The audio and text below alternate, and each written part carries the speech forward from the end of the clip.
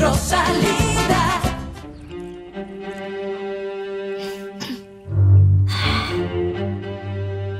Fernando Jose, ano pang silbi na dumating pa ako ngayon sa buhay mo, ha? Hindi na ako nabubuhay. Nakalibing na ako.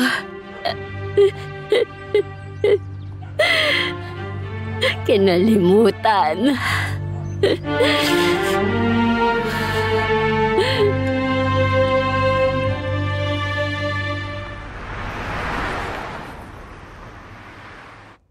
Anong problema? Bakit gusto mo ko umuwi na maaga? Dahil gusto kitang kausapin ng masinsinan, Anibal.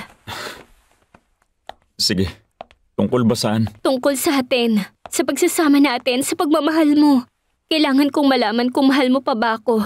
Kung dapat pa ba tayong magsama o maghiwalay na. Hindi, Lucy. Ayoko mawala ka sa akin. Ayoko. Simula nung sinabi ko sa'yong hindi ako magkakaanak, ang laki na ng pinagbago mo. Patawarin mo ako, Lucy. Napakabait mo. Parang hindi ako karapat dapat. Huwag mong sabihin yan, mahal ko. Pasensya na. Patawad, Lucy. Basta, bigla ko siyang nakilala. Sobrang bait niya simula nung nakilala ko siya. Nakikinig siya sa akin. At nasabi mo na siguro ang lahat ng tungkol dito sa bahay at sa'yo. Opo, simula na makilala ko siya, may tiwala na ako sa kanya. Parang meron kaming koneksyon. Ay, dapat nag-iingat ka ng husto. Hindi mo alam ang pwede niyang gawin sa'yo. Bakit, Berta? Sino ba siya, ha? Kilala mo ba siya?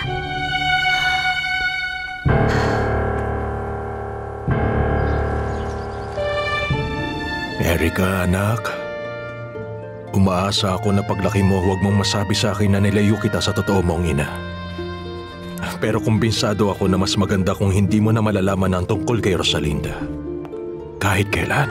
Mahal ko, naisip ko lang na bakit hindi tayo mag-out of town ng ilang araw kahit na ngayong weekend lang. Petra. O bakit? Hindi ko naman sinabi na magsasama tayo sa iisang kwarto. Nakuha ko ng gusto ko.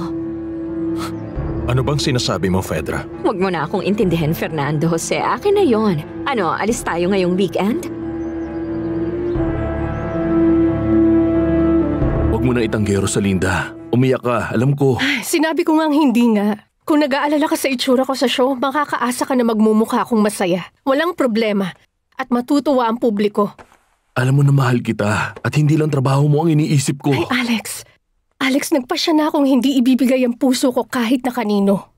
Kung hindi mo nagustuhan ang desisyon ko, pwede ka nang tumigil sa pagiging manager ko. Ako nakadiskubre, hinubog kita.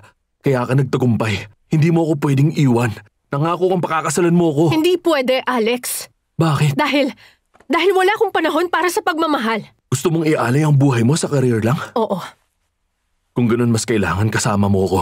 Dahil ako pa rin ang naging dahilan kung nasan ka ngayon.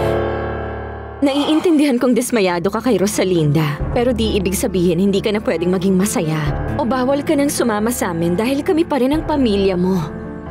Huwag ka mag-alala, susubukan ko. Gawin mo at hindi mo yun pagsisisihan. Pakiusap, huwag mo nang babanggitin si Rosalinda. Gagawin ko ang gusto ko. Isa pa, hindi na rin naman talaga dapat siyang iniisip. Lalo na ngayon na mas pinili niya yung si Alex Durantes na hindi siya pinipilit. Kumusta po, senyora? Hindi maganda. Hindi ako masayang nakipagkita sa mga kaibigan ko. Pag alis ko sa lugar, merong problema. Sino?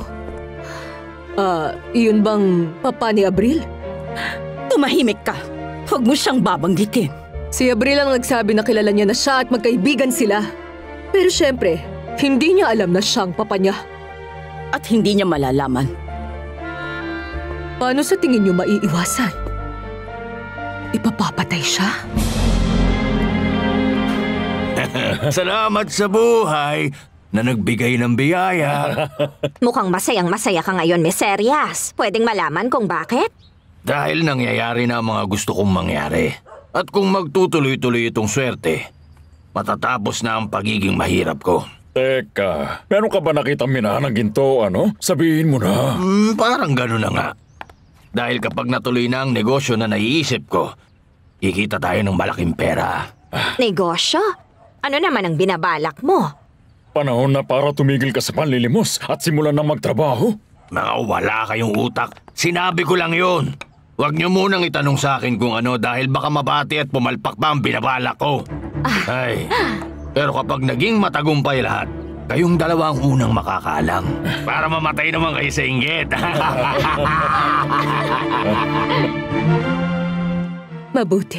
Masaya akong makita kayong dalawa na magkasama at nagmamahalan. Gusto namin na kayo ang unang makaalam na parang wala na yung masamang espiritu na maghihiwalay sa amin ni Anibal. Tama. Naintindihan ko na ngayon na hindi kasalanan ni Lucy na hindi siya mabubuntis. Ay, mabuti naman. Natutuwa ako na masaya kayo kahit ganun ang sitwasyon. Bakit mo naman nasabi yan? Dahil tapos na ang lahat sa amin ni Fernando Jose ngayon. Magdi-divorce na kami. Mabuti na lang may career si Rosalinda bilang isang mga awit. Kaya naman, salamat sa Diyos sa tuloy-tuloy ang tagumpay niya. Tama. Ang career ko. Doon ko muna ilalaan ang lahat ng oras at panahon ko hanggat kaya. Ibibigay ko ang lahat. Para kapag dumating ang oras, maalala ko ng mga tao bilang profesional na kumakanta. Ba't ganyan ka magsalita? Siyempre, ang ibig niya lang sabihin, hindi naman sa kanya palagi ang stage para kumanta. Pero hanggat kaya ko pa, kakanta ko ng buong puso ko para maraming tao ang matuwa at sumaya. Kahit na hindi ako masaya, sasaya naman ang iba sa mga kanta ko. Alam mo nang mas pinili ni Rosalinda si Alex Dorantes? Oo. At ayoko lang pag-usapan o sabihin yun sa'yo dahil ayokong siraan si Rosalinda. At hindi mo isiping tinatago ko o nagsisinungaling lang ako para hindi mo ko iwan. Pero nakita ko silang magkayakap at naghahalikan ng puno ng pagmamahal. Bakit ko hinayaang lokohin niya ako? Bakit ako nagpakatanga? Ang maganda na lang ngayon, hindi ka na nabubulagan at nakikita mo na talaga kung ano si Rosalinda. Mas mabuti pa kung itigil mo na ang kakaisip sa kanya. Tama ka dyan. Kalimutan na siya. Dapat subukan kong magsimula ulit kasama ka. Kasama ang pamilya. Kailangan mong mag-ingat, anak. Hindi ka pwedeng magsalita ng nakakalungkot o nakakagulat dahil hindi magtatagal mapapansin ng lahat na parang may problema.